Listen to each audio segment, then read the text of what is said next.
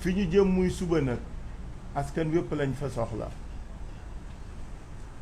dégg naa ñu naan duñu jël suñuy doom jiital leen dégg naa ñu naan suñuy doom bokkuñu ci c'est que dañu ràññeewul suñuy doom suñu ràññoon te xam suñuy doom daañu xam ne ñun ku ciy dem sa njaboot a ngi ànd ak yow di def kenn la ci sa njaboot nekkul ci ginnaaw parce que duñu asaaloo doomi jàmbur mais wax doomi jàmbur sax moo rafetul te jekk parce que même doomu jàmbur sa doom la parce que saa yoo xoolee doomu keneen xool ci moom xool ci sa doom di nga xam ne sa doom la donc c'est impropre naan dañuy yónnee doomu jàmbur yi pour en faire des chairs à canon et à fouet xanaa ñoom la ñu fas yéene rafetul jekkul ñun dañu woote manifestation d'information pacifique pour les citoyennes et les citoyens de ce pays lu fi dóor ak rey fekk def wala fi dañ naan infiro xaw ma na xam ngeen ko yéen xale yi infiro ay nee na ñu ni duma dëmm xam nga gaa ñi seeni pexe dañuy feeñ mais xam nga li ci neex nag mooy gaa yi ku wax rek feeñ te nag ma di leen wax ni nuñ ñu wooyee rek ñu wuyoo ni fuñ ñu woo ñu wuyu fa parce que looloo jot. gis ngeen ni manifestation bi biñ ko jàppee boobu fekkegul sax conseil constitutionnel génne sa décision parce que bu fekkoon li ñu bëggoon la ajjuma bële la doon am le vendredi 3 mais bi ñu demee ba kay jib ci lañu préfet jox benn bataaxal wax ñu que ni ci place ba am na ñi nga xam ni ñoom ñoo njëkkoon demandé avant ñun te keroog bi ñuy def conférence bi gis ngeen vidéo bi leen président Ousmane wan gis ñetti nit ñoo fa nekkoon loolu di wane rek ni interdiction bu ñu bëggoon def rek la ci Yewwi Askan ñu jàppaat que pour suba mais diggante bi ñi nga xam ni ñooy organisateurs yi woo nañ ñu ñaari yoon man ak président Khalifa ak président Cheikh Tidiane Youm le vendredi 3 jour bi conseil constitutionnel waree génne décision à 20h ñoo ngi woon police Médina ñu ñuy déglu di ñu wax lan moo leen tax a jóg ci manifestation bi ngeen jàppaat pour le mercredi 8 li président Khalifa wax léegi ñu wax leen ko ni dañoo bëgg waxtaan ak sénégalais yi ci situation pays bi waxtaan ak ñoom ci fii réew mi toll bu ko defee ku nekk xam démb tamit ñu woowaat ñu woo boobu doon woo bu gën a yàgg pendant 2 heures de temps démb ci férié bi ñoo ngi woon encore fële à 14h30 ci police Médina muy ñaareel yoon bi ñu woo man encore ak président Khalifa ak président Cheikh Tidiane Youm mais li ci bees mooy danoo yegsi rek commissaire bi tegal ñu ay vidéo ak ay audio vidéo benn nit bu taxaw yor photo Ousmane Sonko ci ginnaawam di wane ni moom dafa jóg pour violence di wane ni moom day woote sénégalais yi pour taal mu joxe également ay audio ay nit yuy wax ni danoo war a taal mu naan lii nag loo leen ci xam noo leen koy apprécier bi ñu paree président Khalifa moo njëkk jël kàddu man ma tegu ci Cheikh Tidiane Youm tegu ci ñu xamal que ni yii ngeen ni wan nii mënuñu engagé ci dara parce que ñii ngeen ni wan kii ngeen ni wan xamuñu ko xàmmeewuñu ko te mën na jóge fu ne mën na sax jóge ci yéen président Khalifa xamal leen ni xam nañu état ni muy doxee xam nañu ni pexe ni muy jógee et que ce n'est même pas exclu que mu jóge ci yéen wala mu jóge ci kenn ci Benno Bokk Yaakaar def habillage bi pour wane ni opposition bi la pour amate nit ñi pour également suba lu mën a xew ñu ni yéen la woon ñu xamal leen ni tey jii nii Yewwi Askan Wi boo demee ci résultat local yi mujj rek ci 30 départements ci 46 yi mu compétir presque 800 000 personnes voteel nañ ko ku am la possibilité d'identifier ces 800 000 pour ñu tegal la kanam wala jox la baat pour nga mën a xam ni kii mooy kan. Donc woote bi c'est pourquoi qui peut identifier ces 800 000 là et à partir de ces audios à partir de cette vidéo qui peut identifier la personne yéen di police boo leen ko mënul def ñun nan lañ koy defee yéen ñi am instrument yi war am outil yi war am logistique bi war boo leen ko deful nan ngeen mën xaaree opposition bi def ko donc lii ngeen ñuy wan ni amul benn solo ci ñun orientation bi ngeen bëgg def ci bopp yi duñ ko téye duñ ko nangu li wér mooy keroog jàppoon na ni manifestation bi ngeen interdire ko on a été très républicain Sénégal yëpp nangul ñu lool mais li wér également mooy sunu manifestation daan ko def le mercredi bii nu jëm incha allah donc yi ngeen ci bëgg dugal pour tiital nit ñi yi ngeen ci bëgg dugal pour alerter nit ñi mën na ñàkk parce que manifestation boo gis xol bi la ci tax a jóg nga cay demee la ca am nag mënoo ko maîtriser Benno Bokk Yaakaar ci boppam ñu fàttali ko bi ñu paree élection yi ñu duma leen duma yu metti ñuy wër di def seeni ay tournée ci réew mi pour rassembler waat les militants ñoom ci seen bopp am na seen yenn manifestation dans certains départements yi nga xam ni yeggul parce que gars yi dañu saboter manifestation yooyu waxuma laa nag ñun donc ci li ngeen ñi bëgg yóbbu exercice bi ngeen ñi bëgg defloo duñ ko def responsabilité bi ngeen ñu ci bëgg dugal duñ ko gàddu te li wér mooy bu fekkoon na ni am nañu une maîtrise de tout ce qui va se passer duñu ñëw toog fii ci yéen di leen informer bu ñu demee ba ci biir constitution bi ñu dugal ñu leen di informer c'est parce que dafa am cër bi nga xam ne yéen a ko ci moom cër boobu mooy sécuriser la manifestation sécuriser les manifestants sécuriser le pays et foofu la ñu mën yam ak yéen donc loolu xew na fi démb pour wane ni ñoo ngi nekk di def ay montage pour tuumal ay leaders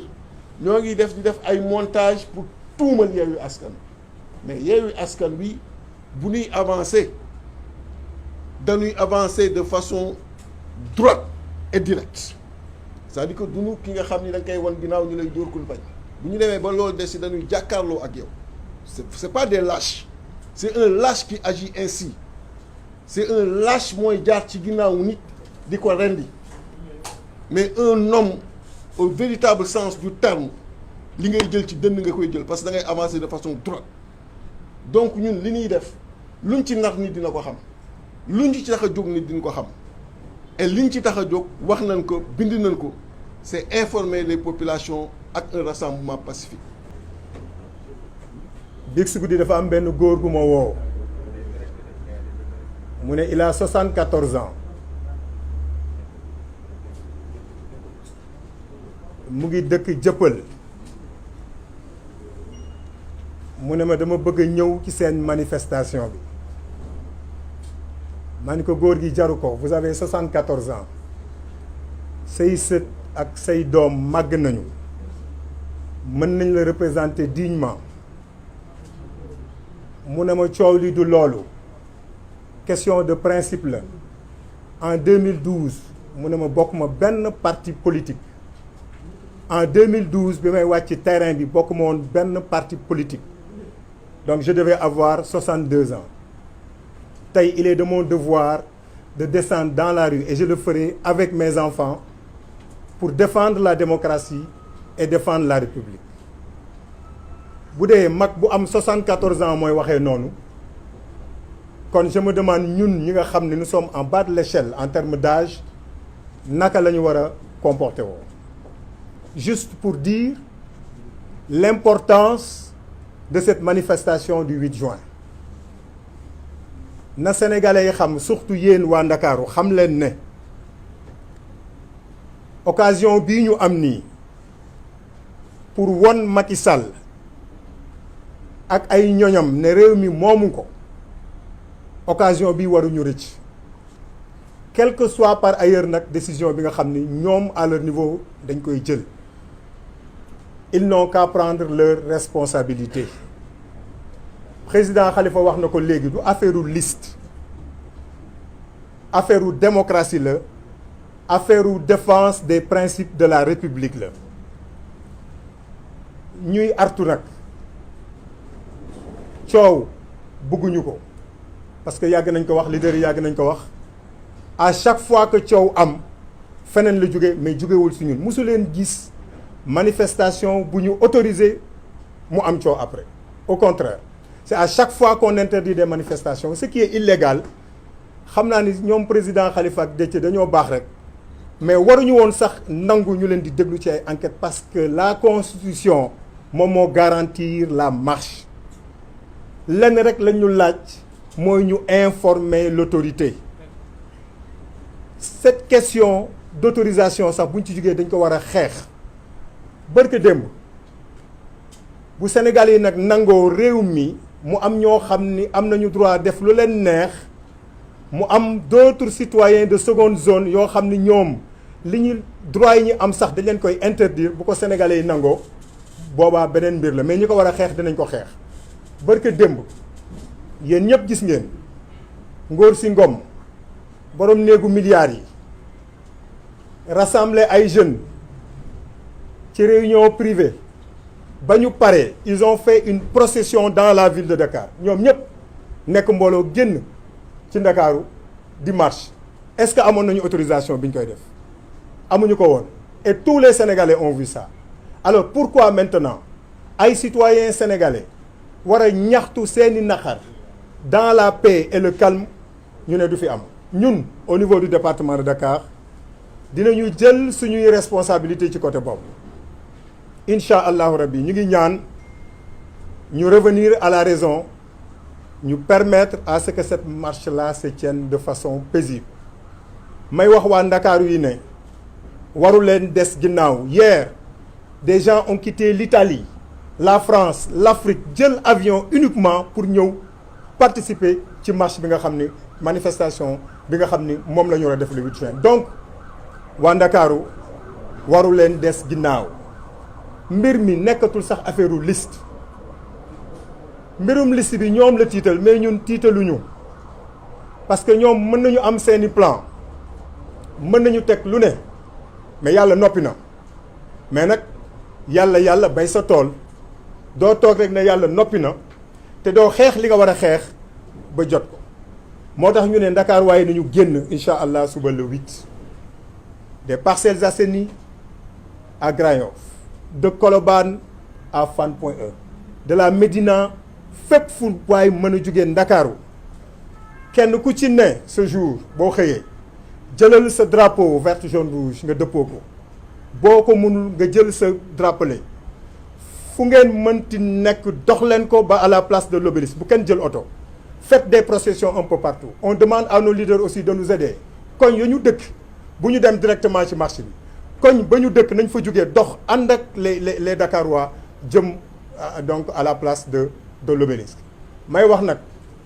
waa groupe Benno Bokk Yaakaar Ndakaaru seen image ngi nii Benno Bokk Yaakaar Ndakaaru nee ngeen yoo da ngeen di laajte këru nit ñi fu ñu dëkk Abass Fall El Malick Déthié président Sonko moom yéen ñëpp xam ngeen fu mu dëkk moom jarul sax ngeen koy président Khalifa xam ngeen fu mu dëkk fii ñu dëkk yomb na xam man maa ngi dëkk Ouest Foire fii derrière la station de Shell villa numéro 106 je vous attends les bras ouverts vous êtes devenus subitement courageux te am nañu information yi genn waa gi yëpp ñu ngi daw di làqatu ñu la ngeen di làqatu marche pacifique jarul làqatu marche pacifique jarul ngeen di laajte kër jàmbur yi xam ngeen fi ñu dëkk comme nag da ngeen am lu fit ñu ngi leen di xaar du ñu tooñ kenn il n'en est pas question parce que musuñoo tooñ depuis qu'on a mis en place cette coalition il y a beaucoup de gens qui ne dorment plus mais musu leen dégg benn xeex bu jóge ci coalition Yewwi Askan Wi musul am manifestation bu amee les gens quittent paisiblement les lieux de la manifestation pour aller chez eux ñoom kay ñooy daje di dóorante di jamante ay paaka lu ne ñu di ko def parce que ils ont cette culture de la violence nous n'avons pas cette culture de la violence parce que ñu toog ci table bi ñëpp amul kenn ku ngeen mës a dégg mu jiite une manifestation violente te pourtant bu ñu neexee ñu def ko le peuple est avec nous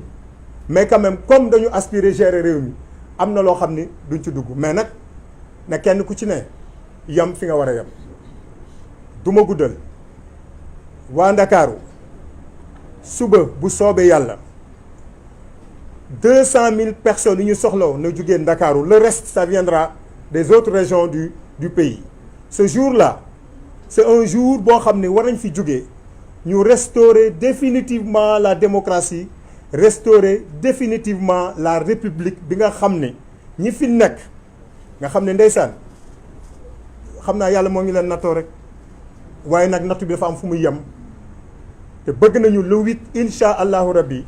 que Macky Sall ak i ñooñam xam ni ce pays là moomu ko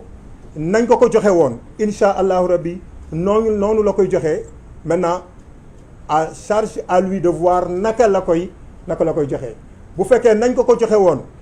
noonu la ko nar a joxe alhamdulilah bu fekkee nag leneen la bëgg incha allah danañ ko ci fekk. président Macky Sall ci lii xew fi nii heureusement ba président Khalifa wax na ko ne mbir mi nekkul sa problème mu liste mais dafa mujj romb problème mu liste mais liste yi tamit mënuñu ko ote mënuñu ko tëb ci wax ji dem li tax ma wax loolu nag ñun si élection locale yi Géejawaay ñu nuy waa banlieue bi yëpp ak waa Cap-Vert Géejawaay dañu toog ba ñu xëy nañu seen liste suppléants yi ville Yewwi woo suñu mandataire di Mor Diaw bu grand parti ne ko seen liste bi ñëw leen ngeen mottali ko parce que su matulee du mën a dem ñu jox ñu notification ñu ñëw mottali liste ba préfet xamal ñu ne lii titulaire mënta dem sans suppléant ñu ñëw mottali c'est la loi ñu toog ba ci yàgg man c'était hors de Dakar ñu woon ñu neñu liste Yewwi Askan Wi commune Sam Notaire ak commune bu Golf sous-préfet rejeté na ko ma départ daw si ñëpp a dem cour d'appel ñëpp yóbbu seeni préfet ba mu des ñun man Ahmed Aïdara keroog dama ne affaire bi nan la demee waaye Yewwi yi fa nekkoon ñoom Khadija Mahécor nañu dañ fay toog ba guddi le sous-préfet demandé ñu ne ñu dem leen ngeen ñibbi ba suba ngeen ñëw mottali parce que da ngeen fi yàgg ils étaient 6 ñëpp dem ci ëllëg si ñu ñëw ñëpp ñu jox leen possibilité ñu mottali waaye Yewwi ñëw ñu leen yéen toog leen ne man Sam Notaire laay milité fa laa dëkk Golf nag ñoom ki ñu fa toogoon du gagné ñun ñu wax loolu ñu ne ñu yéen doo leen bokk parce que seen suppléants yi amul dem leen toog doo leen mottali te liste yi il faut majoritaire ak suppléants yi il faut lépp mat amul ay bii nii bii lee ma dem ba ci kaw fekk fa le sous-préfet d'ailleurs bi affaire bi jàllee sax la ko Macky Sall yóbbu ginnaaw Tambacounda dañ koo affecté ma ñëw ne ko suñu liste yi liñ may expliquer nu mu demee SEDA bi fa nekk nangu ne c'est nous qui avions demandé ma ne ko qui est nous mu ne ma la commission ma ne ko elle est composée de qui et de qui mu ne ma ñun SEDA le sous-préfet lii mooy commission c'est nous qui avions demandé au mandataire de rentrer ba ci ëllëg si ñu dellu si waat mais bi ñu ñëwee nag ah ñun de nous sommes pour ñëpp bind mais nag kii moo opposé wu di la commandement territorial ma ne ko par force neex naqari ñun dinañ bind suñ liste duñ dem cour d'appel duñ kalaame fii lañ koy réglé muy def fo ñu def dëgg envahir feu ñun na Géejawaay lañ dëkk ñun fa lañ dëkk ñun ba pare dëkkuñ fa ñëw dëkk ay Dakar nii de fa la ñuy yeewoo 2 jours par force mu mujj taxaw nañu waa garaawul kaay leen ngeen mottali parce que suppléants yi mënul ñàkk waaw mais ñun koy dund nañ loolu tey ñu ñëw Macky Sall bëgg ñëw gëmloo nañu liste ci élection majoritaire mën na toog suppléant dem fële tamit titulaire mën na toog suppléant dem fële tamit suppléant mën na toog titulaire dem commandement territorial yi benn la ministre bi fi nekkoon moo fi ne ba tey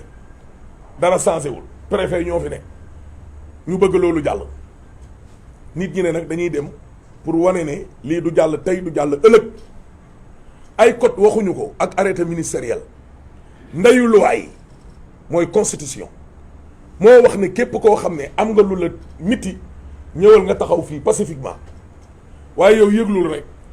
waxal la président de la conférence des leaders ne ko ñun dañoo bëgg a organiser nangam mu ne ah mais sa yaay ay datam day organiser bu dajee affaire yi kon mën na bañ a am buzz ma ne xaaral ba bu sama yaay bu paree ma doog a def lii mooy njariñu préfet ak sous préfet ci autorisation yi de tàggoo la pour ñu xool ba xam dëj am na fa wala amu fa barki dee mu ne nañ foire moo fa ne la fa ne matul ñaari mbaar mënoon lañ leen jël sa aj leen ci kaw terrasse bi nekkoon foofu ñun ñu doxal loolay dëgg président Sonko génn na fray ñu ne ñu du am cartum réew mi moo ko mayee par force la ñun moom danoo dem avec ou sans autorisation dañuy dem te gis nga Abbas fii yàlla moo fi ne subhaanahu wa taala ñi fi nekk naan ay non boo géré mairie yi te àndoog état c'est archi faux le peuple est souverain gars yi ay milliards la ñu yor teg ko ñu teg ay rakku Macky Sall ak ay doomu Macky Sall population bi ne leen yow mii Ahmed yaa ñu gënal kii ak ay milliards am dara defuñ ko fa ngay tiit di pat-pati il faut coopérer ñenn ñi di jaay ay mandat su yàlla dogalee ñu am majorité te dinañ ko am loi bi ñu soppi woon ci député yi dinañ ko soppi ci mairie yi nga xam ne yow doo am ñaari nit nga dugg ci biir coalition liggéeyoo dara ñu lijjanti ba nga doon maire Macky Sall bëgg a déstabiliser cette dynamique muy woo ay maire ñii ay centre commercial maire bu vision mu yeggul ci centre commercial mais kooku nooy defaree dëkk stade ba doo ko defar doo taal lampe doo def dara ñu lay dig ay centre commercial ak ay nangam sax te moom ku ko xam ku ne xam ne vision bu gàtt bi Idrissa Seck wax ne Diamniadio la yem Diamniadio sa dafa sori de dafa fekkoon Ablaye Wade préparé woon Diamniadio ba pare ñu ne ko suuf si baaxul mu dem mais moom il faut mu insister moo indi problème mu gazon yi tey fële na le stade ba day yàqu Ablaye Wade boo demee sa moo tax mu tuddee ko xam na ne stade du yàgg kon dañuy dem da koy saboter rek xam nga moom day passer tout son temps di saboter Ablaye Wade mais waa PDS ñoom ñoo ko may ñu jógee foofu ñëw ci forfaiture bii bu mujj la dàq ginaar waxaale sa soxla président Macky Sall nit ñi dañuy créer ay emploi muy créer ay chômeur jël ay doomi réew mi ku àndul ak moom mu ne la yow dootoo xëy président Sonko la ko njëkkee te boo demee sax xam naa moo siiw de parce que moom dafa am tur boo demee ñu bëree bëri liquidé nañ leen ci service yi ku àndul ak ñoom nekk ci administration dinañ politique par force boo gañewul delloo ma sama yëf inspecteur yëpp def na leen politicien kii di inspecteur mu ne ko doo ko fi defee Mame Boye Diao di inspecteur mu ne ko na neex Bengelloune di inspecteur mu ne ko politigal Habib Niamé chaque jour ñu bind ko ci journaux yi muy politique mu ne ko baax na mais bu dee keneen la mu ne ko doo ko fi defee capitaine Touré def enquête leer na ak leerul mu ne na fi jógee waa ji nekkoon fii nii Sen TV daan def revue de presse ba waa jooju Macky da ko doon saraxu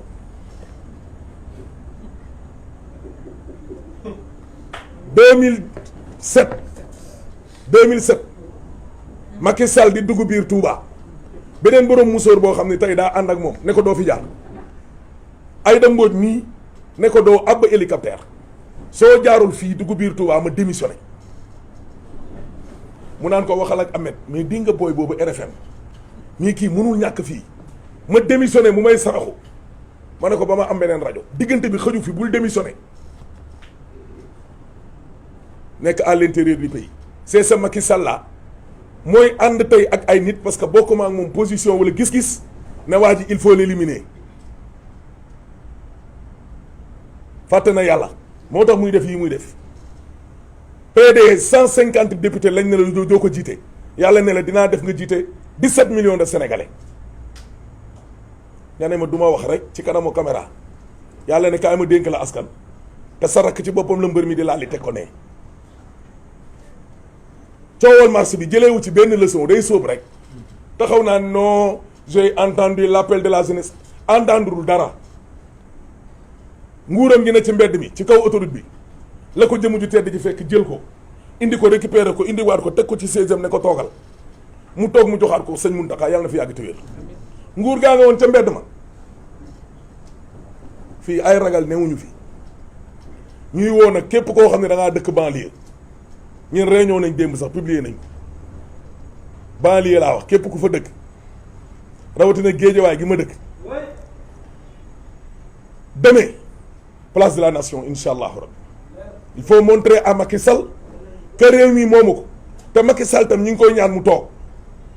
pacifique la parce que moom day dem il paraît que day demaat ci Macron toogal gars yi duñ riir ñëw soxlawuñ marché ci ay cadavre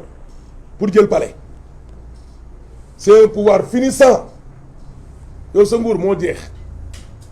dañoo jàpp ni démocratie Sénégal tey toll na noo xamante ne buñ ko yokkul kenn du nangu lu ko wàññi donc loolu moo waral ñun tey bisu suba bi ñu oote ko moo tax bisu suba bi itam ñu war cee dem moo tax bisu suba bi ñu war cee taxaw parce que nag réew dafa am luy tax mu jëm ëllëg tey ñun ñëpp ñu ngi ragal ñenn ci ñun ñi nga xam ni xëy na xamuñu soleil taxawaayu démocratie ndax gis nga boo nee mën naa lijjanti sama xëy mën naa lijjanti sama bopp mën naa làqatu dafa nekk nga nekk ci réew mu am démocratie parce que réew mu amul démocratie jàmm du fa am te nag réew yi ñu wër yëpp boo gisee tey ñu déséquilibré wu ñàkk démocratie moom moo tax kon suñu démocratie bii bu ñu nangu kenn koo xamante daf ñu koy salfaañeel loolu moo tax suba bépp sénégalais foo mën a ne bu fekkente ne yow jàpp nga ni réew mi fi mu toll nii démocratie bi dafa dellu ginnaaw da ngaa war a ñëw ci manifestation boobu mais bépp patriote boo xamante ne jàpp nga ni am nga yaakaar ci Yewwi Askan Wi te bëgg nga xam lan mooy seen taxawaayu ëllëg boo ñëwee ci manifestation bi di nga fa am réponse yu war mais itam mobiliser wu parce que loolu itam mooy waral ñu xam ni sénégalais yii am na lu ñu gëm sénégalais yii am na lu ñu bëgg mobiliser wu ñu nag pour xeex wala pour xuloo parce que foog naa kuy xeex doo tàggoo kuy yàq doo yëglewu bu fekkonte ne yàq moom moo ñu tax a jóg ak xeex moom moo ñu tax a jóg kon depuis boobu ba léegi commencé nañ ko parce que nag nañu xam ni je suis désolé de le dire yenn yi dafa amul sax sens parce que ay nit duñu dajaloo nekk ay kilifa président Khalifa Sall signé Déthié Fall signé Cheikh Tidiane Youm signé ñu joxe seen ay affiliation pour jóg pour yàq wala pour jóg pour rajaxe bu doon loolu kese mooy soleil taxawaayu suba bi kon beneen taxawaay la ñuy taxaw kon neneen lañ ciy demee suba li ñu tax a jóg mooy dajale askan wi li ñu tax a jóg mooy jëmmal démocratie li ñu tax a jóg mooy wone li nga xamante ne moom mooy yoonu Yewwi Askan Wi suba ak gannaaw suba li ñu tax a jóg mooy itam nag woon président Macky Sall ne ko ni ñu xeexee woon 2011 xeex 2012 ba nga mën a taxaw ci réew mii te boobu challenger nga woon noonu ngay mayee ñii fi toog ñu taxawaat ndax nag réew mi kenn du nangu dellu ginnaaw kenn du ko nangu donc vraiment na nit ñi rassuré wu na jigéen ñi sañse parce que nag kuy dox doxu soxla tu n'es pas obligé nga takki basket comme ni ñu koy waxee wala nga gàddu xeer parce que ñun loolu taxuñu jóg na jigéen ñi solu na xale yi génn na mag ñi génn na ñëpp génn parce que nag loolu moom mooy jëmmal suñu réew loolu itam dafa am signal bu muy lancé signal bi muy lancé mooy il faut pas baisser les bras il faut jamais baisser les bras bu nekk ci réew amoo xëy ñu ngi woote manifestation ñëwal parce que manifestation bi li mu ëmb bëri na boo nekkee ci réew jafe-jafe yi bëri dëkk bi metti na jigéen ñi xamatuñu lu ñu yóbbu marché ndaxte ku xëy dem marché sonn nga ne nit ñëpp ñëw ci manifestation boobu dinañ leen jox kaddu dinañ wax li nga xamante ne moom la Sénégal nekk ci yoonam di dem te du yoon bu baax. Les jeunes de 2000 ne doivent pas être plus dignes que nous. Les jeunes de 2012 et avant 2012 les jeunes yu taxaw buntu Assemblée nationale le 23 juin 2011 ils ne doivent pas être plus dignes que nous. En tout cas man Mouhamadou Dieng et tous les jeunes yu nekk dans la coalition Yewwi Askan Wi on n'acceptera pas que ces jeunes-là soient plus dignes que nous. Et nous avons une occasion demain 8 juin 2022 inchallah de montrer aux Sénégalaises et aux Sénégalais que cette jeunesse de 2022 est digne et nous restons dignes. Dëkk bi metti na lool et nous avons énormément de respect pour la fonction de président de la République Macky Sall, pour la fonction de la présidente de la République. nous avons énormément de respect pour la fonction de ministre de l'Intérieur. Mais nous aimerons dire à ceux-là qui occupent respectivement la fonction de président de la République, à savoir M. Macky Sall, et la fonction du ministère de l'Intérieur, à savoir Antoine Félix Diome. Car nous sommes en direct, nous nous fontons. C'est un long processus. Le vendredi passé, déposé au nous initié un alibi. Suba, avec ou sans autorisation, la manifestation se tiendra. Pas seulement pour la coalition Yewwi Askan Wi, pas seulement pour les listes. Il faut que ça soit très clair. Parce que la philosophie, les principes et le leitmotiv de la coalition Yewwi Askan Wi transcendent les obédiences politiques. Dëkk bi dafa metti lool. Maa ngi daje ak benn maire la fa passé day jaay nambe mu ne ma sama doom kilo ñebe bu mu doon jëndee 600 maa ngi koy jëndee léegi 1400 francs. may wax ak benn pa jaaykatu xar la ma yow di waxaale ak moom mu jox ma prix bu metti mu ne ko mais papa lu tax xar chéré nii mu ne ma mu liimal ma tous les intrants yu dem ci xar lépp a doublé lépp. Il nous impose des mesures d'austérité te ba léegi jeunes yi di ma seetaan laay waxal gisoo leen fu le président de la République Macky Sall jëlee dogal pour wàññi parc automobile am gisoo leen fu mu jëlee dogal pour wàññi salaire ministre yi gisoo leen fu mu jëlee dogal pour wàññi per diem yi gisoo leen fu mu jëlee dogal pour dissoudre des institutions. En 2013-2012 amoon na fi inondation il a dissous le Sénat. Il y a actuellement problème yu gën a métti inondation te am na fi institution yu gën a ñàkk solo Sénat laalu ko tout simplement parce que dafa bëgg a caser ay nit ñam. Donc je dis à cette jeunesse là ak fu ñu mënti bokk qui qu'il soit et où qu'il soit ñu ngi leen ñi tàllal loxo di leen wax ni demain incha allahu rabbi nañu ñëw ci manifestation pacifique bi ñu solu comme ni ko sama doyen monsieur le maire Abbas Sall waxee yor suñuy drapeau vert jaune rouge jubli ku si nekk place de l'Obélisque ñu bañ a sax jël oto nañu dox dem ba place de l'Obélisque nekk ak ànd ak suñuy leader ànd ak ñoom ñu délivrer le message bu ñu bëgg a délivrer askanu Sénégal. Le mandataire national Déthié Fall wax na ko et on a également eu beaucoup d'échos qu'il y a une certaine jeunesse d'un certain pouvoir yu nekk di jéem a orchestrer des tentatives de sabotage de notre manifestation de demain. Nous sommes assez responsables. Les jeunes, nous sommes des jeunes assez responsables et les leaders sont des leaders très responsables. Et c'est pour ce cas-là que nous avons appelé à une manifestation pacifique. Et donc il revient à l'autorité publique d'encadrer cette manifestation-là pour que dérive bu am rek dérive bu am ñoom la parce que xam nañ ko identifié nañ leen te ñoom ak seeni autorité seeni DG ñoo nekk di orchestrer loolu pour ñëw yàq suñu manifestation. Et donc naturellement méjum kanam borom moo koy fajal boppam ku ñu xoos ñu xuri la. C'est-à-dire démocratie la Macky Sall bëgg a faagagal ci réew mi ci ban anam parce que su ñuy wax dictature nit ñi dañuy gis image yu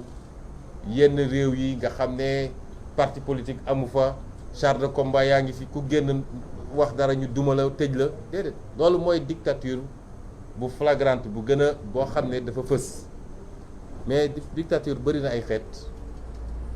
fekk fu réew mi fu mu tolloon ci démocratie te ay conquête ak ay xeex ñoo ko andi ba foofu nga delloo ko gannaaw ba tey sénégalais bu nekk na laaj boppam lan mooy différence situation bi ñuy dund tey ak situation bi ñu doon xeex 2011 sénégalais yëpp tiit fi mu toll nii ni ñu tiitee woon 2011 noonu la ñu tiitee loolu rek wane na recul am na te fu recul démocratie am rek avancée dictature am na fa parce que ñaar yooyu nii la fu démocratie delloo gannaaw dictature def na pas fu démocratie demee kanam dictature dellu na gannaaw kon yooyu yëpp lañu fas yéene ak crise multisectorielle bi ci njàng mi ci paj mi ak ci yeneen ak yeneen loolu lañ ne dinañ ko dajale moom ñépp nag waxtaanee kook Sénégalais yi ëllëg bu soobee yàlla ñu bëgg a wax Sénégalais yi nag ni au-delà de tout li commencé tey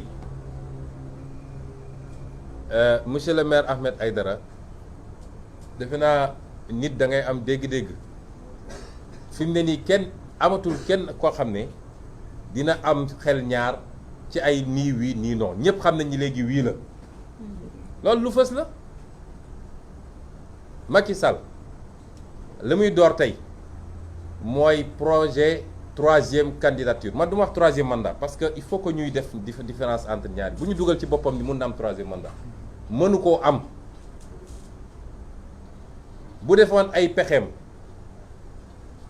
ba ne valide nañ candidature am it mënul am troisième mandat fii Sénégal loolu dafa war a leer ci bopp ñëpp kon nañuy wax troisième candidature fi mu ne nii li mu door mooy projet troisième candidature te fas yéene ko jàllale lu dul jaay doole nit ñi loolu lay commencé ma bëgg a wax nag ni bu dee sàggan nañu ba ëllëg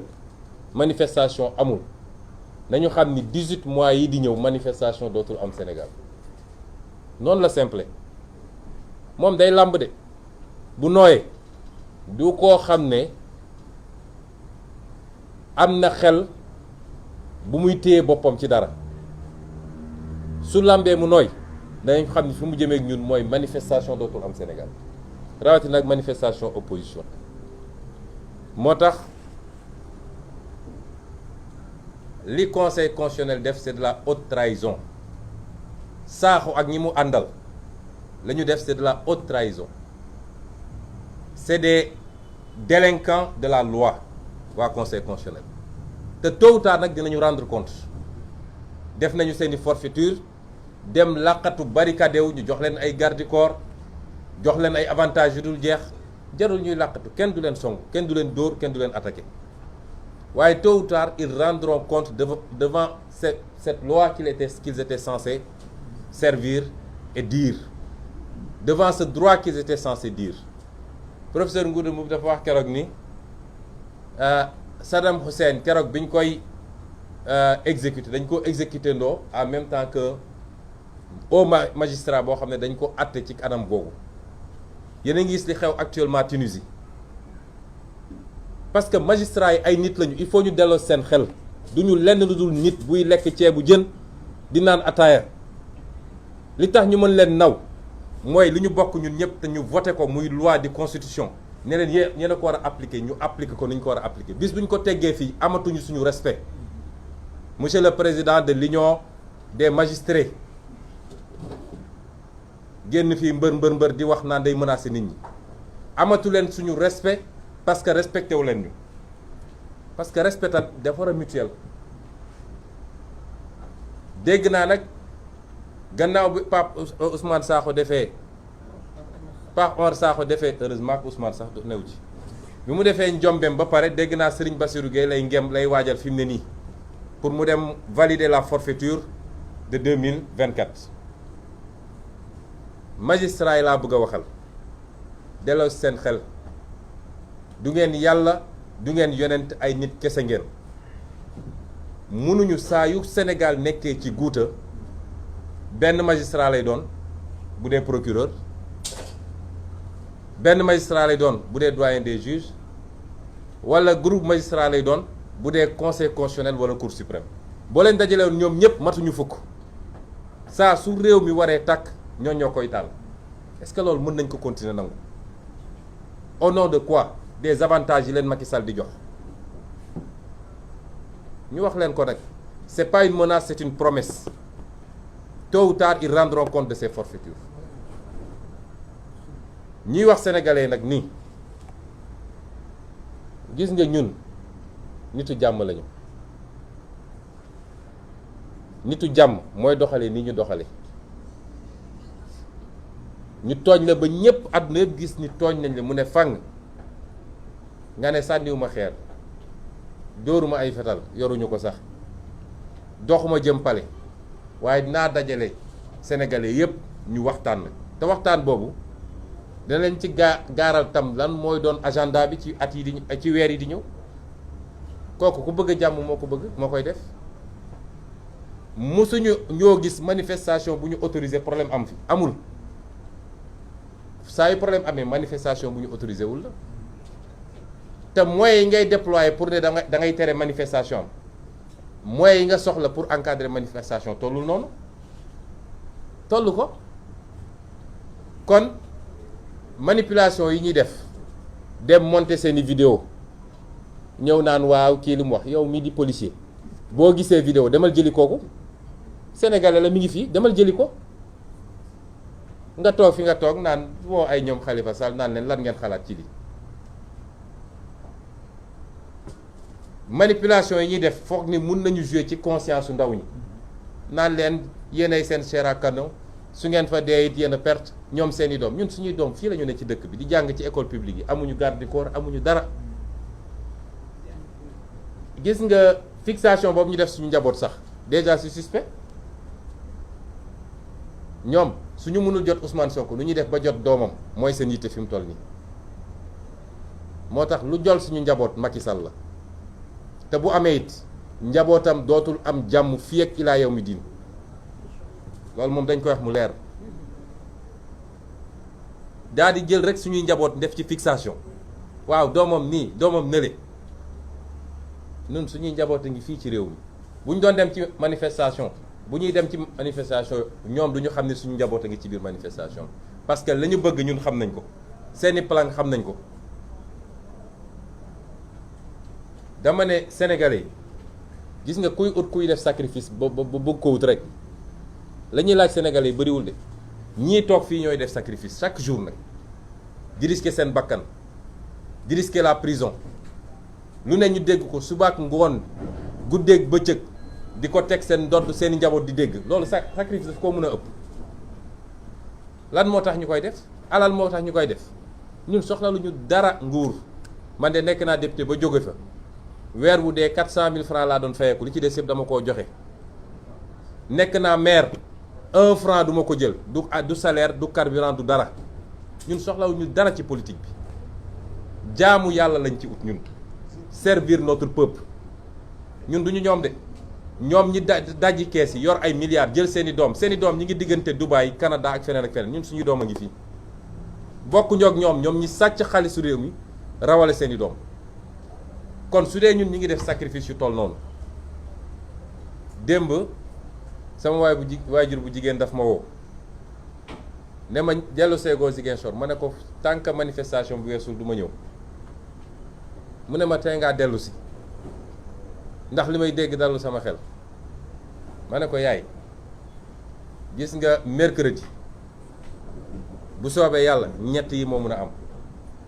daañ ñu bàyyi ñu dem def suñu manifestation ci jàmm ñibbisi si jàmm réew mi continuer doxam wala nañu xëy jàpp ñu ñun ñëpp te bu boobaa ñoo ko war a gérer wala ñu def pexe bu ëpp loolu it waaye bu ci munti am rek man ci ñiy jiitu laa ciy bokk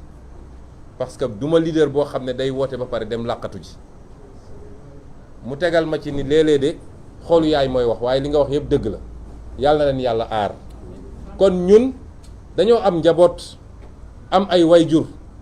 la ñuy dégg suba ba ngoon rek ñu koy teg suñu ndodd doy na ci souffrir waxuma laa ñu naan ay voilà dañoo bëgg a utiliser ni ñun suñuy xeex jeunes yi ñoo tax yéen jeunes yi yéen a tax ñuy xeex parce que Sénégal mën na baax ba jaaxal ñëpp waaye du mus a baax ak Macky Sall ndax jaay na réew mi loolu nañ ci dellu si ëllëg jaay na réew mi jaay na ko tubaab yi jaay na ko naar yi jaay na ko turc yi jaay na ko chinois yi ñun moomatuñu dara ci réew mi ce travail de réappropriation de notre souveraineté mooy projet Yewwi Askan Wi du leneen kon bu leen kenn essayer jouer seen conscience génn leen massivement ñu daje place de l'Obélisque yow cadre de banque bi yow haut fonctionnaire bi yow taximan bi yow commerçant bi amul ku ñu bàyyi génn leen parce que c'est l'avenir du Sénégal qui est en jeu bu ngeen ñëwee ba foofu nag la ñu bëgg a waxtaan ak yéen dinañ leen ko wax parce que dañu ne loolu ci cadre bu spécial occasion bu spécial dañ koy waxtaan ak yéen lii mooy woote 8 juin bi ñuy araftu nag Macky Sall xam nga yi ñuy def nii yëfu xale la di def ay capture d'image naan adresse Sonko ngi nii adresse Déthié ngi nii man sama kër ñëpp a ko xam comme nee nañu ñoom léegi xam nga ku jóg doo mus a dégg ñu ne Benno Bokk Yaakaar day def manifestation nga dégg opposition bi ne damay def contre manifestation musoo ko dégg suñu yoon newul ci ñoom il ne nous intéresse pas d'ailleurs jaru ko ndax ñoom ñooy reyante seen biir fu ñu daje bu ñu paree séddoo xaalis bi ñu sàcc ci réew mi paaka yi génn jaas yi génn kooku jarul ngay dem ci ko musudoo dégg ñu ne Benno Bokk Yaakaar day def manifestation opposition bi day def contre manifestation musoo dégg ñu ne ñoom dañuy def manifestation opposition bi recruter ay nervi pour dem ne dañuy xeex ak ñoom musul am du ma bugguma wax mbër parce que bugguma tooñ une profession waaw bugguma wax mbër parce que bugguma tooñ une profession ndax mbër yi la ca ëpp li ma gëm mooy ñu yeewu lañ ñu conscient lañ te xam nañ seen bopp waaye nervi yi ñuy recruter di leen essayer armé naan leen dem leen daal ci mosoo dégg opposition recruter ay nervi amul nit boo amee sa kattan am sa formation nit jël la ne la yaa may aar mun nga dem defi loolu garde du corps waaye jël la ne la demal dal ci kaw diw demal attaquer manifestation diw ñu ñàkk bopp weesuwul loolu te ku ko def nag yaa na nga xam ni sa bakkan a ngi ci xottu gerte parce que personne ne peut résister à un peuple bu dee force de l'ordre ak li ñu yor ci gànnaay ak lépp bu peuple jógee ba jóg ñoom ñoo ko mënalul kuñ fi ndax ba ne la yow demal attaqué xamal ni yow yaa ngi tayle sa bopp ndax fa nga dëkk fa nga nekk nit ñi dañ fa régler seen problème ak yow kon ñi ngi woowaat ñëpp réew mi dafa toll à un moment extrêmement grave Macky Sall gannaaw bi mu lajjee lajjaat li gën a firndeel lajjam mooy réew bu nekk en guerre nga xam ne tey bombardé nañu immeuble yëpp ba réew ma dara taxawutu fa ci réew googu lay dem di saraxu ne leen jox leen ma blé jox leen ma maïs moom 10 ans yi lan la def ba ñu am ba lan la liggéey pour ñu am blé am maïs fii ci réew mi tey ku fi yoroon poulailler mënatoo am aliment parce que blé bi Ukraine la doon jóge wala kii bi maïs bi moom lan la def ci 10 ans yooyu tey mu jël avion am dem di lambar yi dem gis Poutine naan ko dimbale ma nga bàyyi port bi ndax ñu am ñebbe ñàkk jom weesuwul loolu c'est ça qui est en jeu actuellement na Sénégalais yeewu ñun fitna taxu ñoo jóg waaye kenn mënul tere ñu mener les combats qu'on doit mener pour ce pays guerre psychologique bi ñuy joué nag mënul jàll kon te li ci topp it foofu lay daane bii pas dañu ne rassemblement bi Ndakaaru la waaye la résistance doit se faire sur tout le territoire national loolu moom nañ ci dugal seen bopp Matam ba Ziguinchor Ndakaaru ba Tamba diaspora bi lépp résistance bi foofu lay demee duñ leen may jàmm duñ leen may fu ñu nooyee parce que may ñu jàmm may ñu fu ñu nooyee loolu laa bëggoon daaneel ñu ngi leen gërëm ñu ngi leen di sant.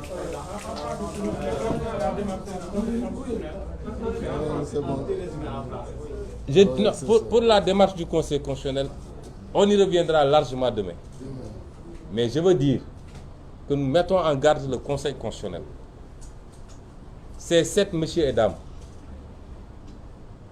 pompeusement appelés sages,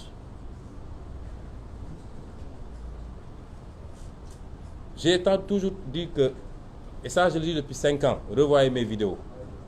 il y a des choses qu'on ne peut plus admettre dans ce pays. Au nom de l'exercice d'une profession, on se permet de piétiner la loi, de piétiner la Constitution et de mettre le pays en insécurité. Ce qui se passe actuellement, c'est la responsabilité de 7 personnes, 8 personnes, qui sont tous des magistrats. Parce que le ministre de l'Intérieur est magistrat. C'est la responsabilité de 8 personnes. Et à chaque fois que le pays est dans ces situations de tension, c'est le Conseil constitutionnel, c'est la Cour suprême, c'est la DG. Est-ce que cela c'est normal? Moins de 10 personnes qui tiennent tout un pays en otage pour les avantages qu'on leur donne. Aujourd'hui, ils sont barricadés chez eux, gardés par le GIGN, gardés par la BIP, gardés. C'est pas la peine. Personne ne va les attaquer. Personne. Mais qu'ils comprennent que tôt ou tard, ils rendront compte de leur irresponsabilité devant cette même loi qu'ils étaient censés dire et qu'ils n'ont pas dite, devant cette même constitution qu'ils ont piétinée et violée,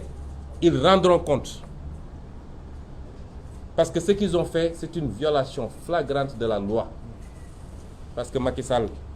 prolonge l'âge de la retraite, parce que Macky Sall donne des dessous de table, parce que Macky Sall donne des... Il faut aller voir le train de vie de ces gens-là. Allez voir le train de vie de ces gens. Ce n'est pas un salaire de fonctionnaire qui le donne. Et au nom de cela, ils sont prêts à tout faire et à mettre ce pays en péril et en danger. Ça ne peut pas continuer. Et c'est valable de manière générale. La justice de ce pays, c'est la première grande réforme qu'il faudra faire. Il n'y a plus de justice dans ce pays. Cette justice fait mal au pays. Elle se fait mal à elle-même. Parce que tous les magistrats sérieux, compétents, aujourd'hui souffrent des actes posés par une petite minorité, un groupuscule de magistrats que Macky Sall a choisi et trié sur le volet. À chaque fois qu'on est dans ces situations, c'est un procureur qui est à la base. À chaque fois qu'on est dans une situation, c'est un doyen des juges qui est à la base. À chaque fois qu'on est dans une situation, c'est la Cour suprême ou le Conseil constitutionnel. Est-ce que cela est normal? Jusqu'à quand on va supporter ça? Et c'est pourquoi j'ai dit tantôt que les gens rendront compte des actes qu'ils posent. Ça ne peut pas se faire aussi facilement. Les rumeurs disent que c'est...